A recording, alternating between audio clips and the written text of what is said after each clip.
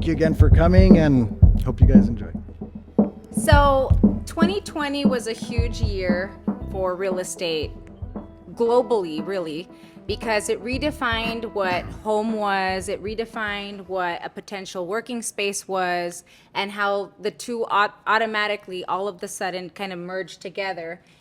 And we started seeing this ridiculous demand right when we thought that this disease, this infection, this virus was going to come in and destroy our lives and our economies. All of a sudden, we saw a crazy demand in real estate as far as the resale and the new construction. But it brought on challenges, and for both the consumer as well as sellers, the builder, to where all of the sudden we had so much demand in for bigger real estate. I would say you saw people sizing up in real estate, a bigger house, more bedrooms. Now we need a home office. Now we need a pool to send the kids outside to, for sure. And so I want to know, Hector, what was it like for you in 2020 on navigating the challenges of like cost increases, for example? Well, I think 2020 was the shot her around world, right? Where it was an unprecedented event. Everyone was assuming it was going to level out in 2 weeks. It would have been 2 months. It could have been a month. And everyone was very eager for it to stop and hopeful that it was going to better. And so 2020, we had the shutdowns. We had everything was just, again, the big boom that was heard across the world, and no one really knew how to handle that. Then you go into 21, and that's really when everything started. Aside from the shutdowns that happened in 2020, the inflation started coming in. For materials, you had back orders, you had people starting from a standstill ultimately to get things going again. And even though businesses were open or considered essential, as they would say, the manufacturers who are providing materials for these end users or these essential businesses were not. And so 2021 was really when you started getting all the backlash of inflation. But the government put $3 trillion back into the market. And so we really didn't notice anything other than expensive prices, but we could afford it because there was $3 trillion extra dollars in the market.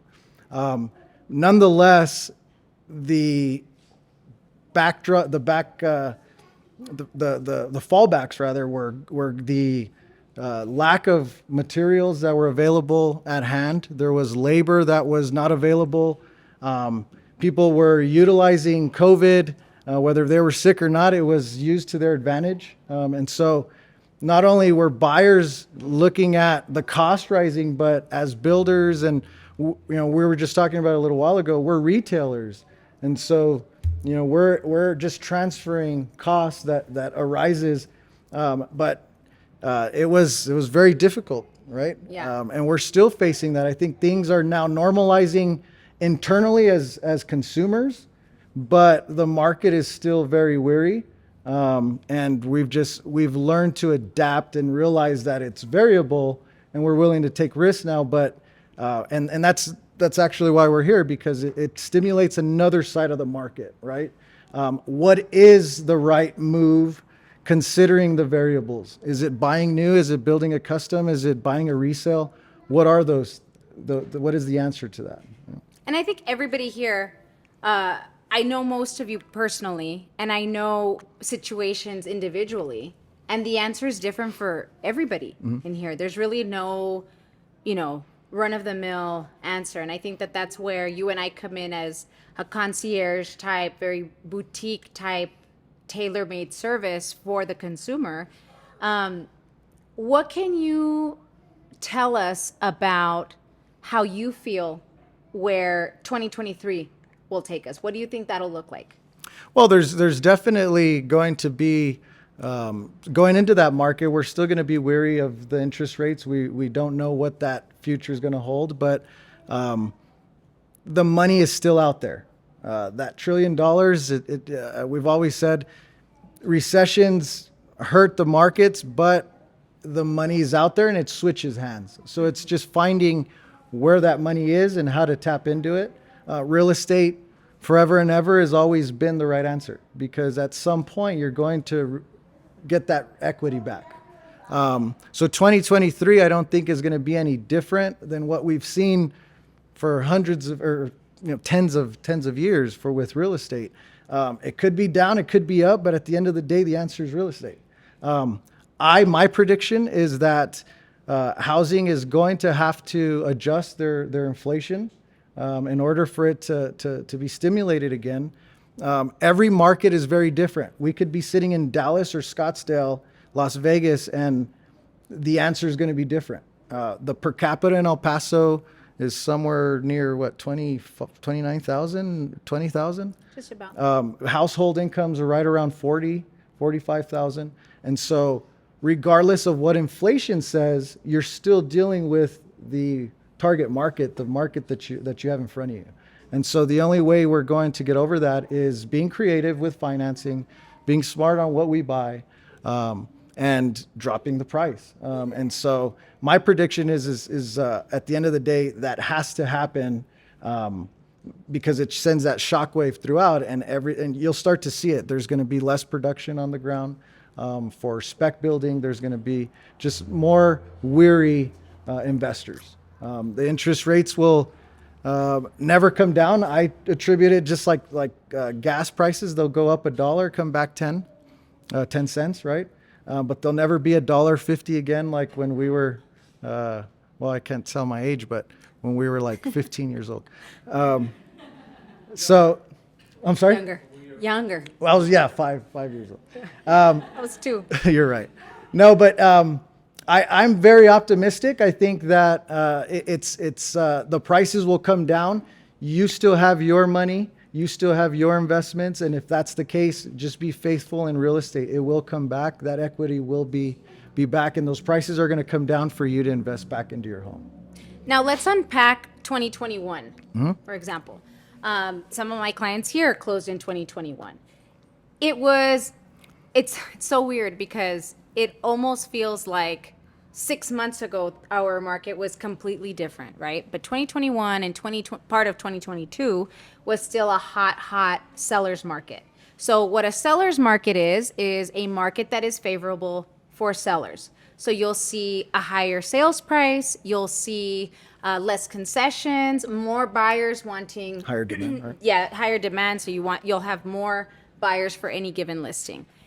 With a sudden shift of interest rates, now all of a sudden you have one listing that'll sit on the market for weeks, months, and it's a perfectly good house, perfectly reasonably priced. And if an offer comes versus multiple offers, then the seller's like, okay, this is going to be it. Let's figure something out. Let's negotiate. Whereas just 6 months ago, it was harder to get your buyer under contract. So the buyers that were under contract and closed 6 months ago, for me, that I felt like they were in a good position to buy and not be taken, I felt has always been the investor that either has a lot of cash, all the cash, at least 20% down, not a first-time home buyer. So all my first-time home buyers were put on ice in 2021, part of 2020 and part of 2022. So just now they're coming out of their rentals, of their mom's house. They can't stand their mother-in-law anymore, and they're ready, right? And the market is now ready for them too, because despite a slightly higher interest rate, because it really is slight. We're used to like 2s and the 3s and 4 and 5 was a high interest rate, right? But it's still a relatively healthy interest rate. Well, I mean, again, we're showing our age, but we can all, if you purchased a home pre-2000, early 90s, you were at a 8%, you were at a 9%. It was typical. It's unreasonable to assume that all the money that's out there at a 2 to 3% rate is going to sustain it. It's been like that for too long.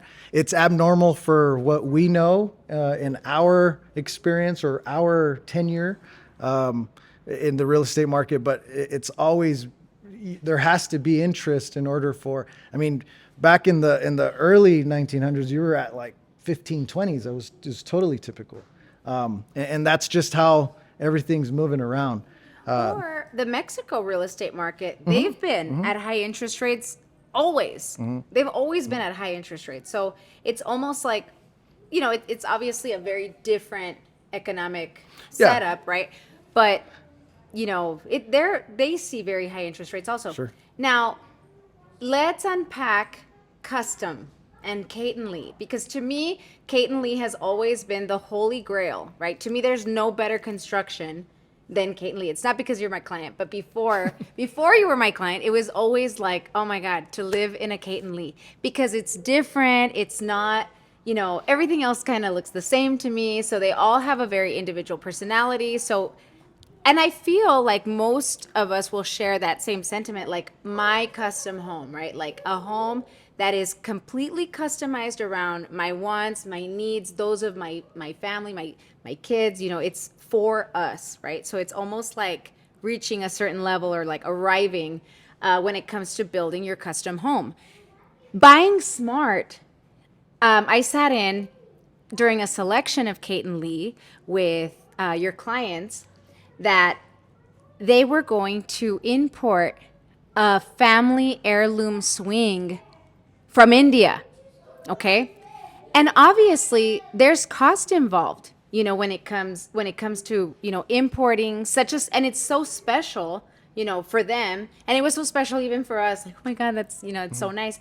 And, but for them to buy smart, they were able to find ways to save and to smartly allocate those funds for the swing by looking into more price efficient, I would say, cabinets.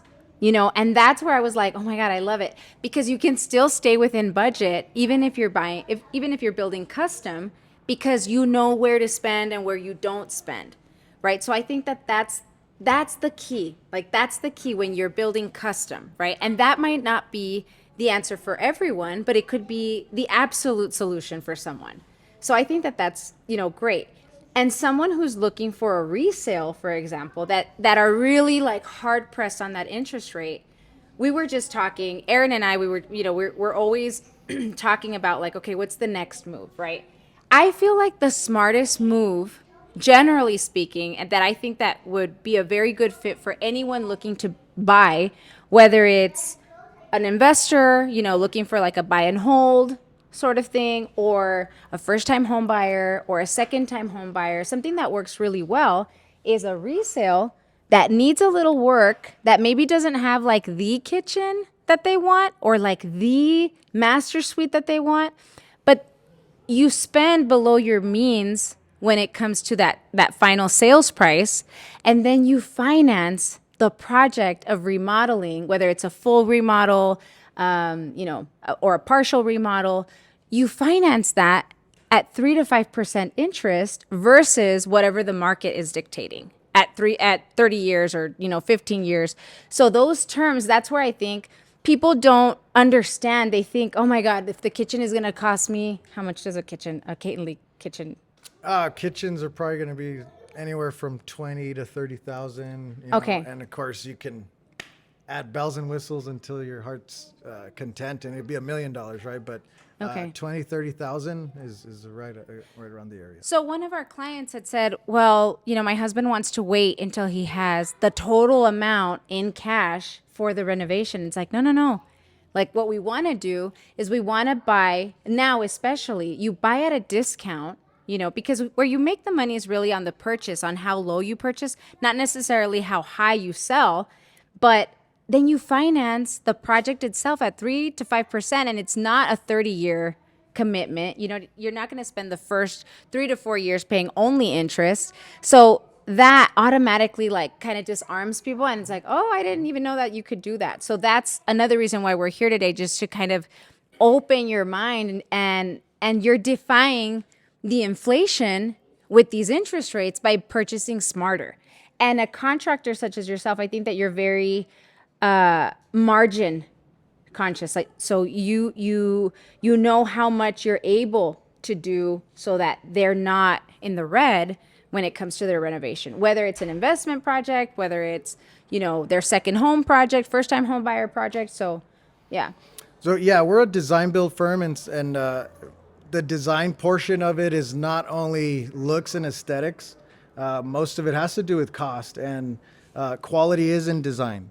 How things last, how things wear and tear. They're going to, especially in the climates that we have in El Paso. The climates aren't friendly, so your materials and the installation is in design. But being cost conscious is very important because, again, it's an investment at the end of the day. And us turning over a product at, just because that's the price or somebody bid at it at that price doesn't do any justice for us. We want you to be able to be a client, not a customer, and reap the benefits of that investment. And being a design build firm, we're able to maneuver that and be part of the back end of it and the personal touch to it, where we can look at the finances, look at what's going to bring you the most value. Is this a forever home? Is it a stepping stone? Is it an investment property? There's so many variables that go into it, and we're very conscious of that, and we like to discuss those things outside of what a builder does typically, right? But that's where we think we're able to bring the most value for you. You want to shift gears and talk about sellers? Yeah. Okay. So in preparing your home for sale, or your house for sale, because you're already emotionally detached, right? But when you're preparing to put that house on the market right now in a shifting market where we're seeing prices take a dip, where do you think that the most value comes? And I actually want to know the answer to this question because I like to hear it from the contractor standpoint.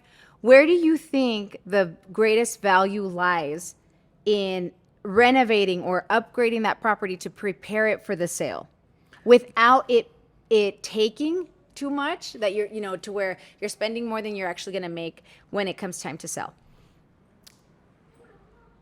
I think that it depends on who your target market is. Okay. Who's your client?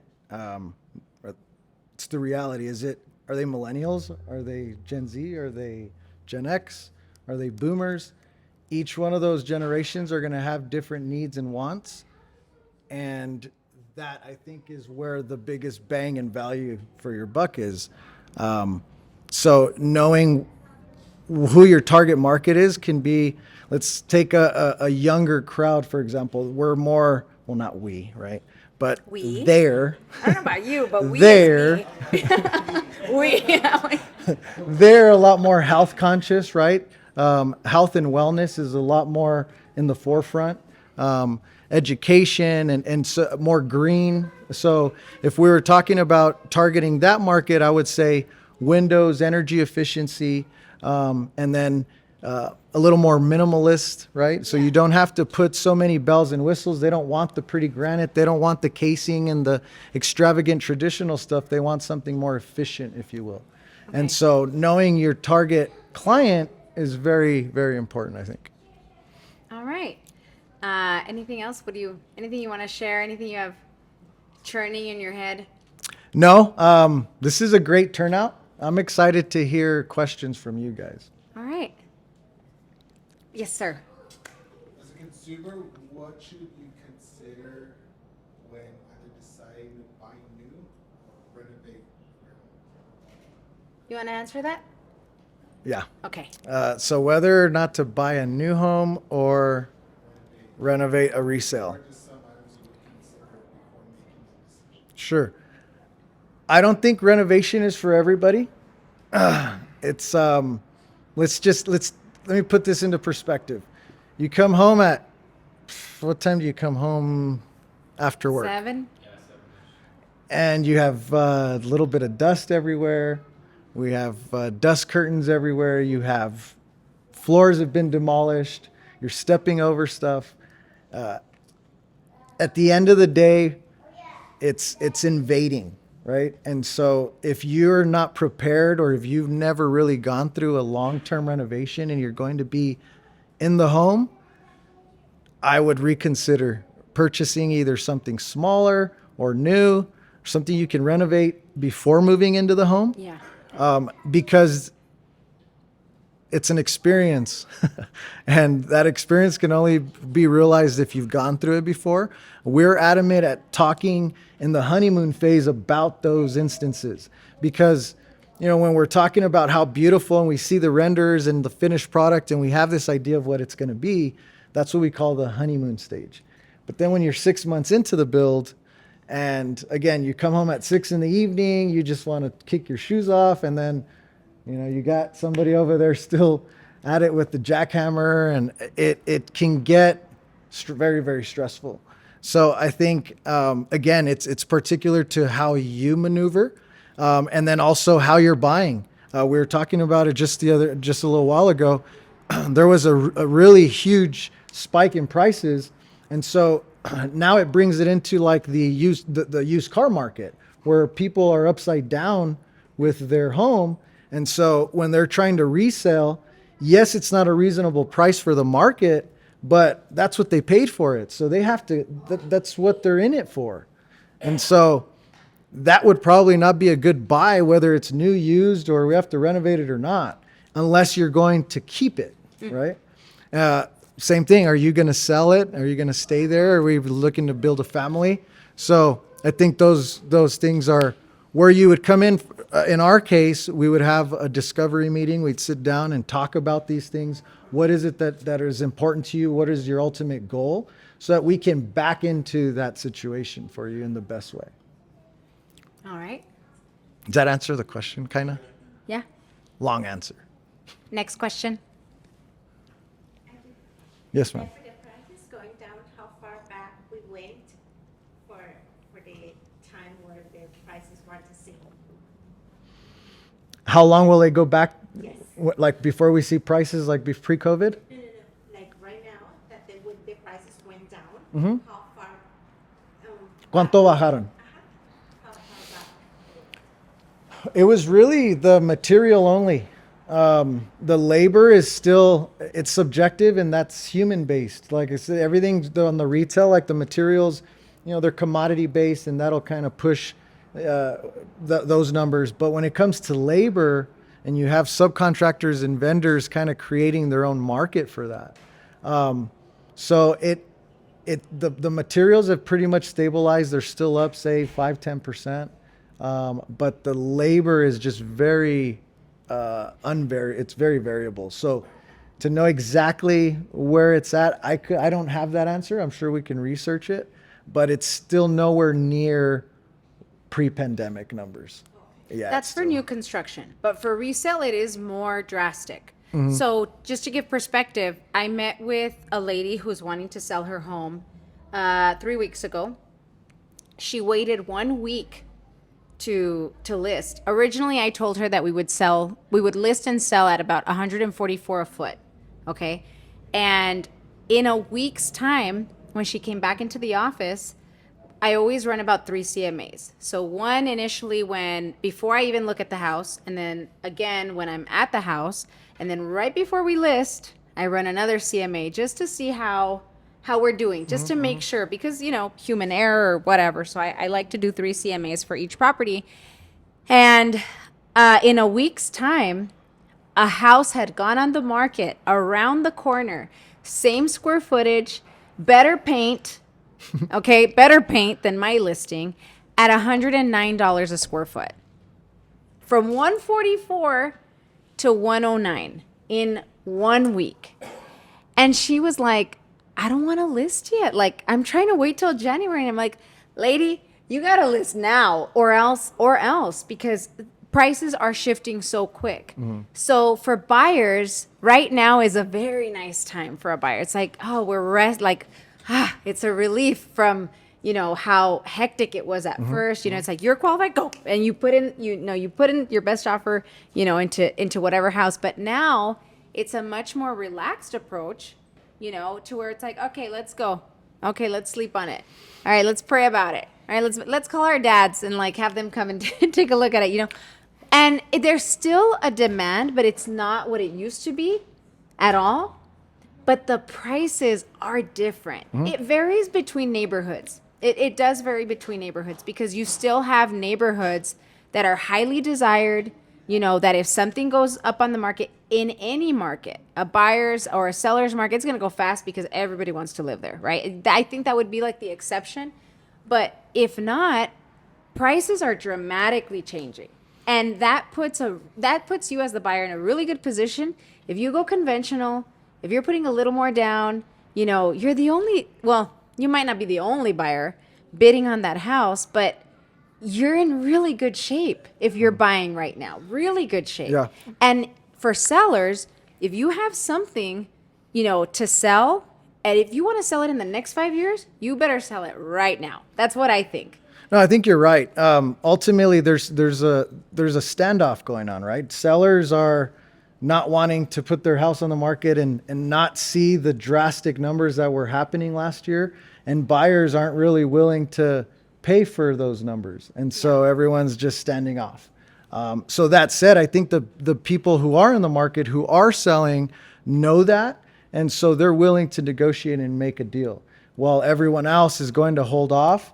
Because again, they don't have that equity, and so they're not going to get what they want for their home, so they're just not going to put it on the market. Those that do put it on the market are not COVID buyers.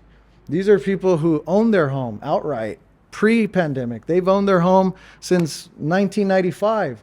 So, all their money is cash. Everything that they're going to get from that sale is profit, and so there's more negotiating room. When the market's really high and you have this demand, it's exactly that, simple economics, and you're going to pay for that demand. So I think Daisy's right in that aspect, absolutely. And it has a lot to do with the target market again. And so, the people on the listings that are willing, that have their home on the market now, considering the weariness of everybody, are willing to negotiate. So you will get a better deal. Yes? Thank you. Next question? Okay.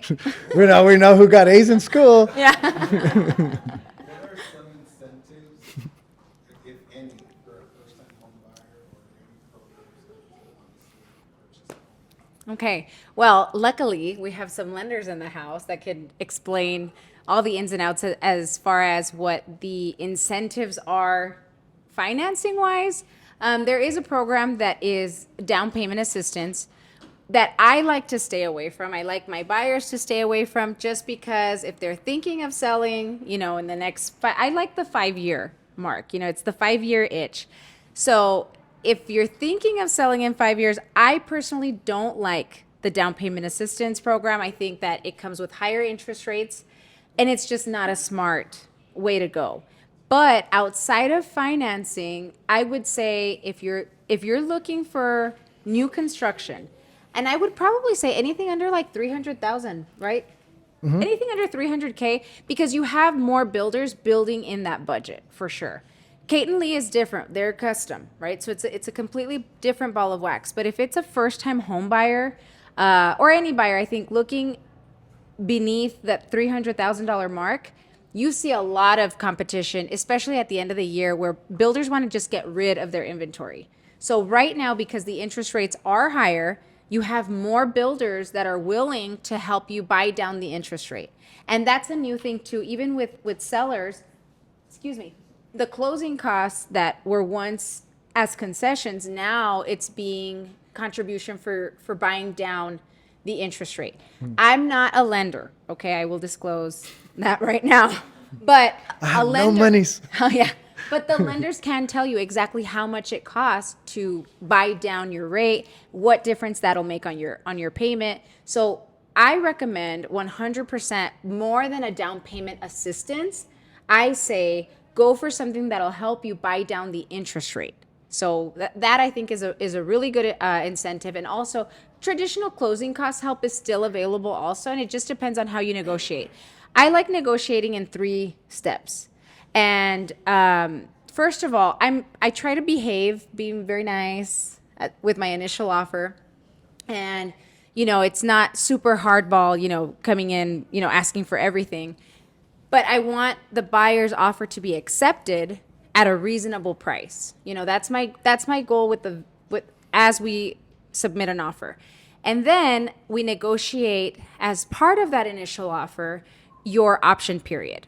So if you're familiar with Monopoly, if you've ever played Monopoly, you have a get out of jail card, right? So that's how I see your termination option period, because you negotiate a certain number of days where the buyer has the unrestricted right, okay? If the wind blew in the wrong direction, they can exit the contract. So this time is perfect to handle any kind of inspections on the property, really sit down with your lender and figure out, all the intricacies of the loan. But that inspection report is completely dissected, and the purpose of having that inspection is to absolutely nitpick the house and find everything that could possibly be wrong, that could possibly cost you more money down the line. And we negotiate it during that termination option period and say, hey, you now are aware, Mr. Seller, of all these things that are wrong with the property. So if I walk away, you have to disclose this inspection report to anybody else who wants to buy this house. Okay? That immediately, intimidates a seller immediately, right? And any agent also. So what we want is to work out the best deal possible with that first offer. So at that point, you have the ability to, one, negotiate either for a price change or to add concessions or to have them repair whatever's wrong. Yeah, whatever's wrong on the house with your contractor of choice, of course. But it starts, you basically set the stage for things to go in your favor as the buyer. Okay, and the third phase of negotiation is with your appraisal. So what we saw in 2020 and 2021, part of 2022, very heavily were appraisal waivers. Okay, that was an absolute must for me as a listing agent. Like, I wouldn't even consider, encouraging my seller, hey, you want to take this offer if it did not have an appraisal waiver, because an appraisal waiver ensures that the seller will get exactly what we are promising, no matter what the appraisal comes back at. Okay, now, which is what we did, we didn't have an appraisal waiver. Okay, it was a very flexible appraisal waiver because we stipulated where the appraisal had to meet a certain amount. Okay, and that's very important, because if your appraisal comes in short, that means one of three things. One, the seller can choose to not sell the property, right? And say, my house did not appraise for $350 like I wanted, like my agent told me that I could get. So I'm not going to sell my house. That's option one. Option two is you negotiate to come up, half and half, right? If I'm selling a house to Hector and I want $350 and that's my price, and Hector's like, no, because the appraisal came in at $325. So in order to bridge that $25,000 gap, we have to meet in the middle, right? If Hector is not willing to meet in the middle and I need to sell my house, come hell or high water, guess who's coming down on price? The seller. So that puts you in an additional good, just a good place, because their situation, I don't want to say disparity because it sounds, mean, but whatever their situation is, we're negotiating. You know what I mean? So at that point, well, how are we going to ensure you a price if the appraiser who's getting paid to validate or to, not agree with this value, you don't have a choice but to come down in price. And that's an added value for our buyers, right? For my buyers, because I already know if the appraisal is going to come in low. I may not know how much lower, but I can usually say, like, no, my CMA is really based off of what I perform a CMA off, thinking like an appraiser. Does that make sense? So if I feel like my appraisal is going to come in low, it probably is, So that's where the added benefit is. So a flexible offer, a good, acceptable offer, a fair offer, I think, is good. Inspection report time and appraisal time. So you have 3 chances to negotiate. So I think, you may not be so comfortable to say like, oh, I don't want to give them full price. Well, you might want to, because it'll give you a lot more leverage during that termination inspection period, because you're like, hey, bro, I'm paying you full price.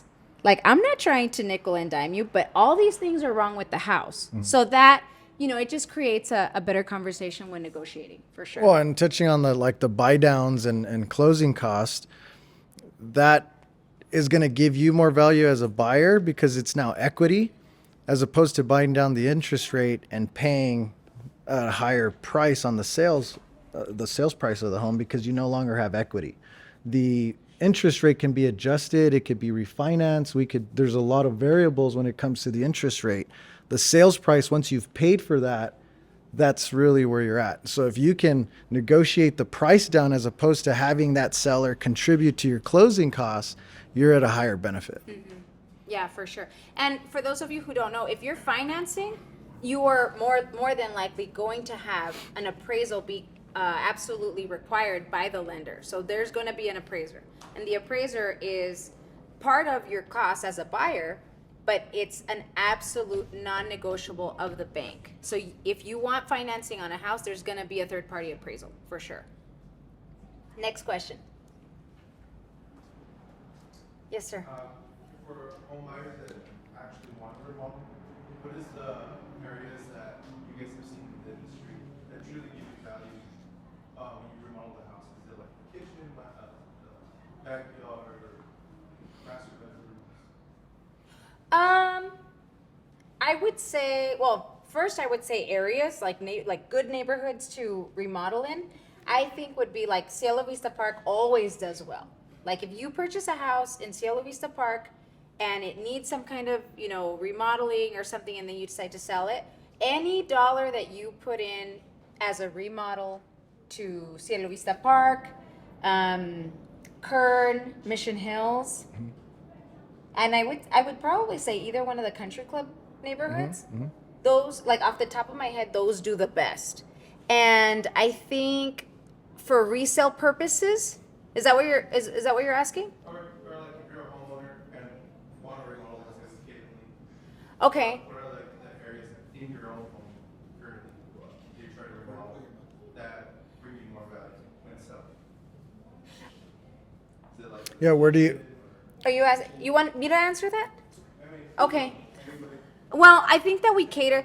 I honestly think that we cater to the female consumer 1,000%. 1,000%. And for us, The boss. What? The boss. We are the boss. But I think that the kitchen for sure, kitchen, bathrooms, closets is where I would say in that order: kitchen, bathrooms, closet. Yeah, for sure. Yeah, and it depends if you're looking for resale value or equity in itself, or a little bit of both, right? I think if it's ultimately reselling, Daisy and I touched on this on one of our walkthroughs on the remodeling is, sometimes as sellers, we think we're doing good by prepping the home for sale. But the reality of it is you just increase the sales price because your taste may not be very good. You're not a designer. Yeah. Well, and I would be very careful. I would be very careful because as the market shifts, you don't want to spend a ton of money on a remodel. I would say that even if you... Well, it could be like the the new buyer just may not like what you're putting in, right? Maybe they're going to gut out the bathroom. They already have this idea of what they're going to do there. And you just added 20, 30,000 of lipstick on the pig to sell it. And now you made that house $30,000 more. So now did you help the cause or did you hurt the investor who wanted to come in and put his own 30,000 and do it the way he thought? What I would do is, as a seller, I would say Consult. that, but also say, okay, buyer, I don't know what your taste is. I have terrible carpets. Instead of recarpeting myself, you might want to retile. You might not ever want carpet. So here's an allowance. I know that my kitchen needs help. I know that my flooring is not there. So this is a dollar amount that I can sacrifice from my bottom line to entice you to purchase, and then you do it however you want. That's what Yeah, as opposed to you paying this amount and it's not what you liked anyway. In a shifting market, you want to reduce risk. Well, and that's another thing we're able to do. We can come with you to a viewing. If you're looking to purchase a home, we'll go in there. We talk about what it is that you're looking to do. What are your ideas? What kind of cash flow do you have? Are you going to finance it, or is there equity from another home that you're pulling into this one? And all that we can kind of gauge just by going to look at that home, and then you can determine whether or not that's going to be a valuable purchase for you or not. And that's very important, I think. Next question. Does that answer your question? Yeah? Okay. Yes. Oh my God. Oh my God. We know who the first-time home buyer is. What kind of commitment are you making when you buy a fully custom home? Just because I think here in El Paso, the term custom is very skewed. Okay. So when you're gonna buy a fully custom like a Kayton home, like what would you want that person to know before making that commitment to buy? Well, it's custom. It's your design. It's your liking. It's your budget. The project doesn't exist until you come by. We are taking something that is in your head. We're facilitating that and bringing it to life. We put together a team of very talented individuals, as you can see around you, to bring to fruition whatever it is that you envisioned in your head for that home. There's no script. The home hasn't been built before. There's a lot of variables, and everyone is doing that particular project, even though it's construction.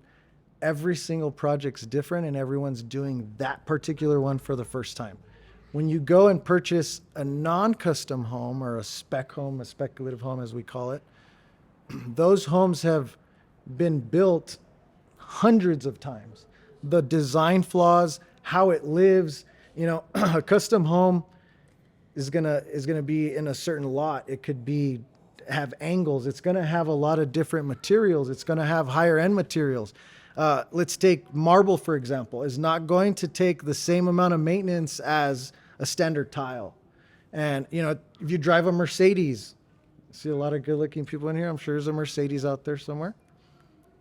The maintenance on that vehicle is not the same as a Hyundai or a Honda. It's not that it's not as functional or that it doesn't perform the same, but the maintenance of that type of luxury vehicle is going to be particular to who can service that vehicle. And so those costs and those variables change the entire game. So if there was one thing that I would want customers to know when they come through the door, is that leave all of your ideas and experiences of what it should be at the door. Because there's no way of knowing how you envision things as a consumer. We could be mechanical, we could be visual learners, we could be we need to touch and feel and smell and see it in person. Others are very visual, and they could what just happened? Very visual, and they can just imagine it, and they're ahead of you, and they can come in with a binder, and it's like, here's all of it. That is, you don't know what that's like. And so it's having an open mind and knowing that we're here servicing you and trying to get out of everything that's in your head, your ideas, your budget, and bring it into your home at the end of the day. So you drive by these houses and you just, oh, what a beautiful house. But the heartache and tears that went in during the construction for the consumer, for the designers, for the architects, for the builder, it was a lot of work. And that's why that home looks the way it does.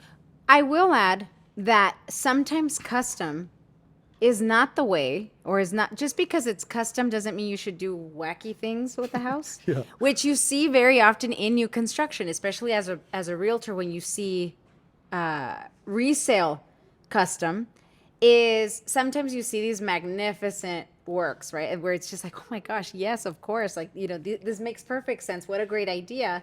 But you also see a lot of custom, especially like anything custom that was built like early 2000s for some reason. you just see weird, A little tacky. Yeah. yeah, like tacky stuff, and it's like, ugh. And so I would probably advise for somebody wanting to go the customer route, like listen to your builder a little bit, and listen to your wife a little bit, because you can clearly tell a guy that has no taste or like no tact, and the builder was just the same. They didn't think it through. And it's like, you probably spent a lot of money customizing something that just looks weird and just isn't very practical and doesn't work. So I think that listen to your builder would be a very good suggestion for somebody going into it. What do you have more fun with, building brand new or remodeling? It's a good question. I think remodeling. Okay. It's more challenging. I don't think that just anybody can do it. And the gratification is just greater. Oh. I think that building new is challenging, and I mean we're bringing something to fruition that you don't, again, that never existed. But building new is cleaner and easier. It's more assembly line based. It takes less management skill and such. So just personally, I like challenges, and the gratification to me is greater on remodels. Yeah. Okay. Next question. Any other questions? Yes, ma'am. What does wholesale mean in real estate? Okay. So wholesaling in real estate, I think, is kind of a bad word, so to speak, because the process. Are you a wholesaler? No. Okay. This is tomato. I'm like, whoops. I'm like, oh my God, I'm gonna have an egg thrown at me or something. Well, what's that? So wholesaling in real estate is, by definition, an assignment of a contract of real estate. Okay, they are legal, but there's very blurred lines. If you see signs, makeshift signs that were done with a Sharpie, and maybe like a 4-year-old did it or something, that says "We buy houses closing in 7 days," something like that, or yeah, basically that's usually what you see. It's probably a wholesaler. If there is a distressed property, for example, if there's an abandoned looking home, they're going to get a lot of mail from a wholesaler that basically promises to pay them cash, and they don't have to worry about showings. They don't have to worry about any kind of repairs. Sell your house and never worry about it again, and don't ever deal with a realtor, and just you and me. Let's work out a deal, you and me. And the correct way to wholesale a property, in my opinion, and I've done it, is to properly assign the contract as an agent if you are licensed in the state of Texas, because you are held to a standard and a code of ethics. Okay? That is the one thing that most wholesalers lack, is ethics and a standard of professional practice. And I would say that to any wholesaler to his face, because what they aim to do is to purchase that property for pennies on the dollar and turn around and assign it to the actual investor, who will then flip the property, or maybe they'll flip the property themselves. But wholesaling is basically passing a property from this person's hands to this person's hands. They are the ones that carry the least amount of risk in any kind of real estate investment part, right? As an agent, if I have a client, for example, a 80-year-old widow who needs to sell her home, who does not have money to fix anything, to do anything to the property, and she is going to live with her daughter, okay? She is a prime candidate for an assignment. And what I would then do is say, okay, look, this is what I find is fair if we put the house up for sale, okay? If I assign the contract, you don't get to pay commissions, and the buyer will pay me my commission. I think that is an ideal setup for an assignment to benefit the client. So if you find yourself with a distressed property, maybe an inherited property, something that's just, you may have a lot of equity, right? And you need to get rid of it, and you're on a time crunch, then I think an assignment is going to work for you. But there's so much you can do with a paid off property, or if you have, almost all equity of on the property, you don't really owe anything. You can borrow against your own property.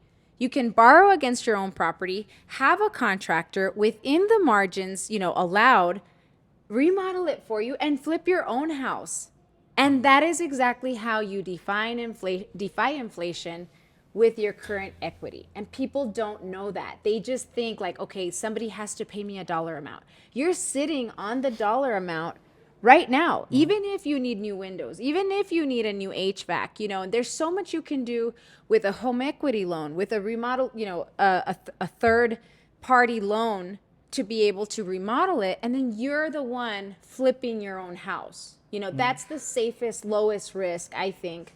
But wholesaling to me, I don't jive with them. If you don't have a real estate license, if you are not licensed in the state that you're trying to practice, it's really a gimmick. It's a gimmick. It is faster cash. It's quick, and there's a lot of wheeling and dealing. And right now, wholesalers are hurting because they're in a current market shift to where they probably put a property under contract, again, at a low price in a high market, and then they got caught up in the shift of things, and now they're just trying to get rid of these properties. You know what I mean? So unless you are held to a standard of ethics and a professional standard of practice, I don't think any homeowner needs to come anywhere near somebody who's a wholesaler. That's my opinion, and I'm very convicted with that for sure.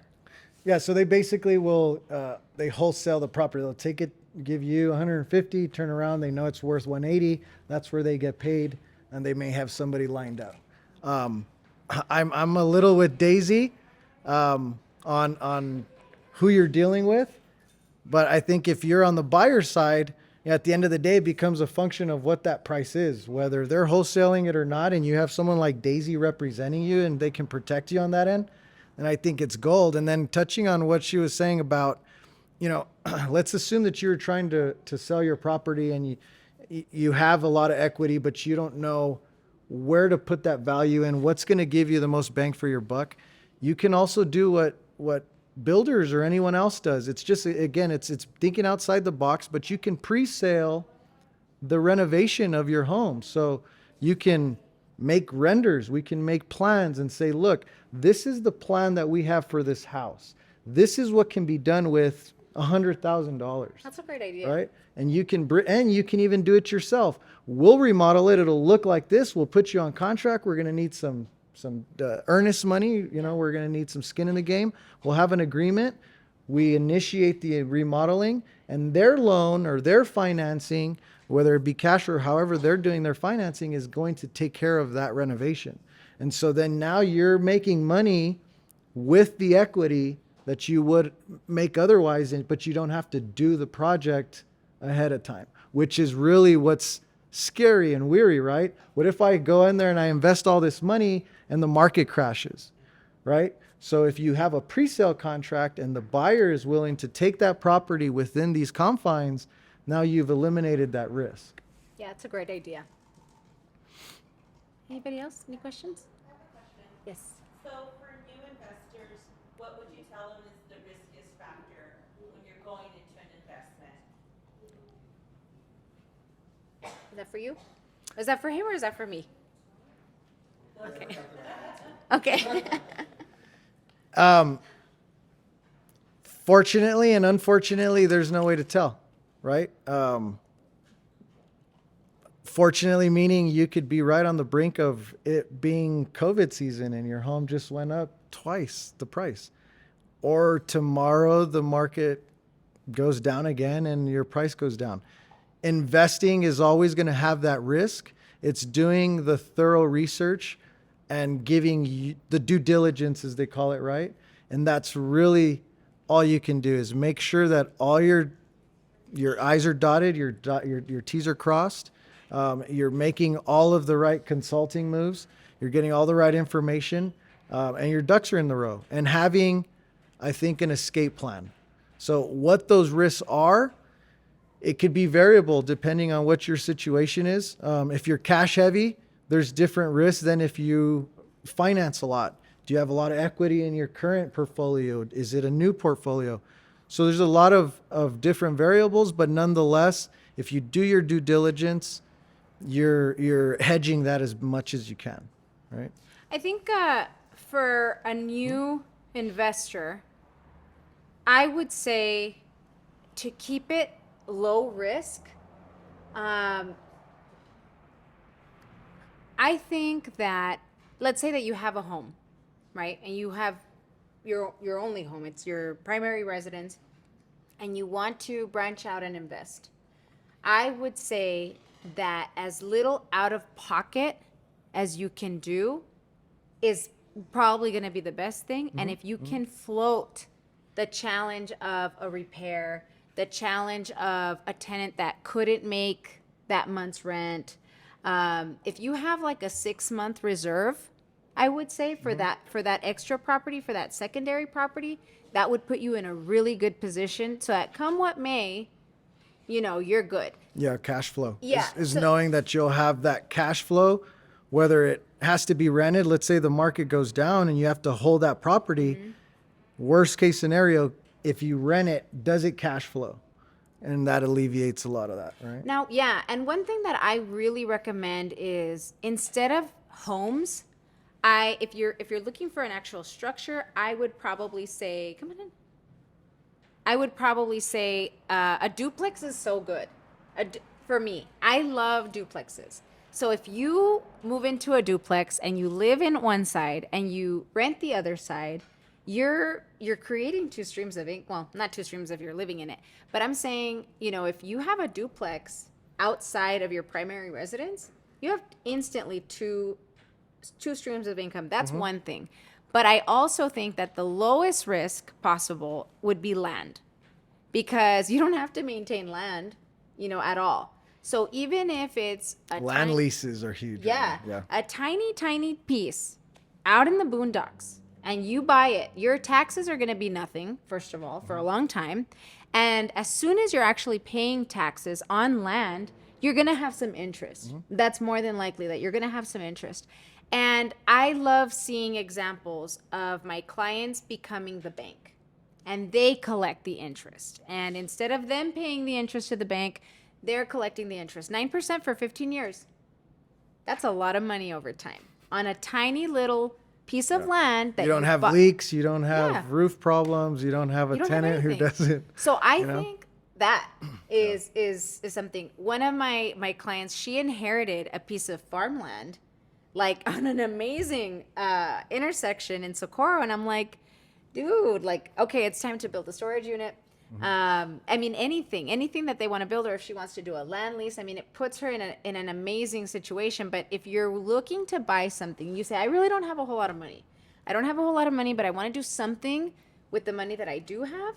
Buy land far away where it doesn't cost much, where you can just kind of forget about it, let it appreciate on its own. By the time it's worth something, you're going to have interest, you're going to have somebody interested. And by that time, or even before then, and you start collecting the interest. The beauty of that is that if that buyer stops paying their mortgage on 9% for 15 years, you take that property back and you resell it again. It's that simple. It is that simple. You don't have to do anything. So I think that for somebody who is unaware or maybe low on funds and just wants to do something smart in some capacity, I would say do it like that. And then those streams of income will fund bigger projects. And then you'll have the cash to float risk, and then you can play bigger. That's how I think, that's how I think people should do it. So any other question? Does that answer it? Yeah? Okay. And I know I've told you over and over again because we've had consult. I know I've told Fight. No, but I mean, it's such a good question. It is such a good question, and I think that Yeah, there's never a right or wrong answer, and frankly, guys, it sounds easy. Knowing it and doing it are two very different things. I think it's mostly doing something that you're comfortable with and that you are confident in, and that just, it'll snowball. And that is going to be variable from person to person. It's just doing it. Yeah. And you'll get the hang of it. There's no right or wrong way. It's really the courage of actually doing it. And it's okay. finding a comfort zone too, because Yeah. some people come from families of, knowing how tenants can be and knowing how to handle tenants, or I've had this rental forever and I'm good with tenants. Okay, I hate tenants and they hate me right back, and I have a very hard time with tenants because they don't want you to sell their property. You know what I mean? Like they want to keep their rent low. So to me, it's a very specific challenge that I don't like getting into, so buy and holds, they work for some people, but it's not something that I jump for joy to, push people into, because it's like there's tenants. But for me, I think that I want to find the comfort zone of my client more than anything. And it's like, okay, where are you going to be the most comfortable to where if calamity arrives, you're still okay. I think that's my end goal, for clients buying. Yes, sir. Does it make sense?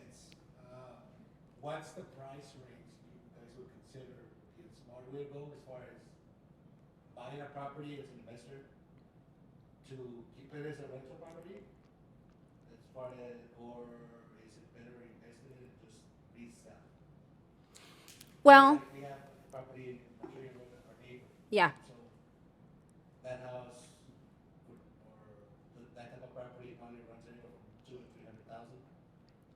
Is it what are you guys seeing right now in the market that makes sense to keep as a rental property as far as a monthly mortgage, monthly rental? Well, I think more than that, it's looking at the actual competitive market analysis, comparing it completely apples to apples, and finding out what the rental range is there. In your case, it's absolutely a good idea to do a buy and hold, right? Because you're right next door. So you can take care of the property, and they're amazing landlords, by the way. So in your case, I would say, yeah, do something like that. I'd want to see it before I tell you, because I think it's it's an individual case study for sure. And when it comes to buying and holding, I don't think you want any kind of vague approach. You want to dissect every aspect of that property to make sure that your risk is lower than your payoff. I would attribute it to equity. So the cash flow. If a lot of times we look at the interest rate, for example, right now everyone's focused on the interest rate. Back in time, you could be paying a 10, 12% interest rate. But if you bought your home in 92, for example, your mortgage on a today $350,000 home, you purchase it at say 150, your mortgage is $1,300. Right. That house rents for 2,500. So you may not be able to, or you can sell it for $100,000 and net $100,000, but you already have positive cash flow of $1,000.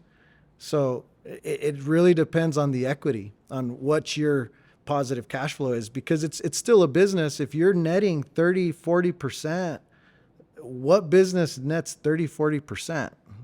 That's a pretty big margin. Yeah.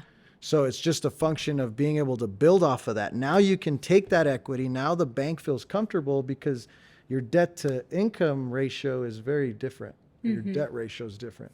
So now you can borrow against that. You wouldn't want to sell that because now you can keep it. It's cash flowing you.